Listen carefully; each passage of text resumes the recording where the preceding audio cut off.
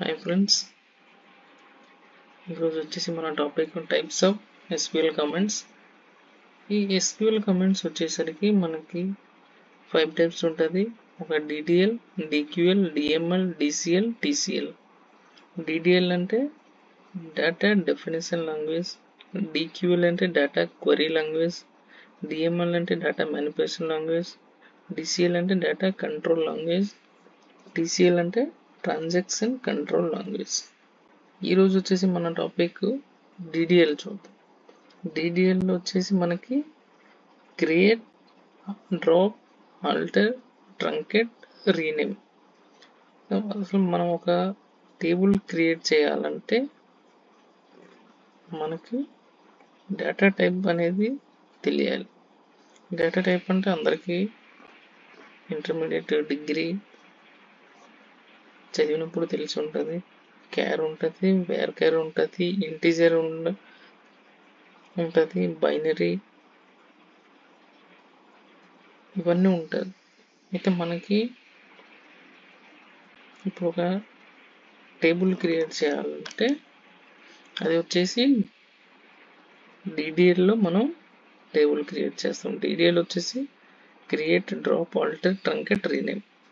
సరే, ఇప్పుడు ఒక టేబుల్ క్రియేట్ చేద్దాం. మనం టేబుల్ క్రియేట్ చేయాలంటే ఫస్ట్ వచ్చేసి టేబుల్ నేమ్ అనేది ఇవ్వాలి. మనం క్రియేట్ టేబుల్ నేమ్ వచ్చేసి మనకి ఇక్కడ ఎంప్లాయీ. ఒక టేబుల్లో ఏముంటుంది, ఒక ఎంప్లాయీ డీటెయిల్స్, ఎంప్లాయీ ఐడి ఉండాలి, ఎంప్లాయీ నేమ్ ఉండాలి, లాస్ట్ నేమ్, ఫస్ట్ నేమ్, అలాగే అడ్రస్, సిటీ.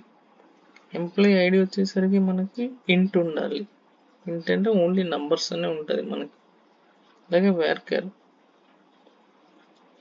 ఇప్పుడు మనం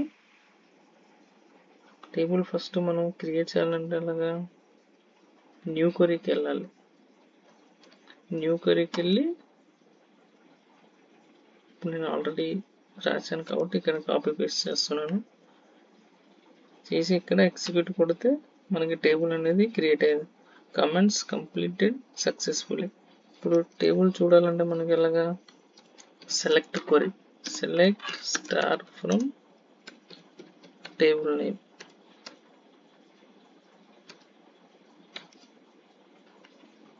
ఇది సెలెక్ట్ చేసి మళ్ళీ ఎగ్జిక్యూట్ కొడితే టేబుల్ స్ట్రక్చర్ అనేది మనకి వస్తుంది. ఏమి ఇచ్చాం ఇక్కడ, ఎంప్లాయీ ఐడి ఇచ్చాం, లాస్ట్ నేమ్ ఇచ్చాం, ఫస్ట్ నేమ్, అలాగే అడ్రస్, సిటీ.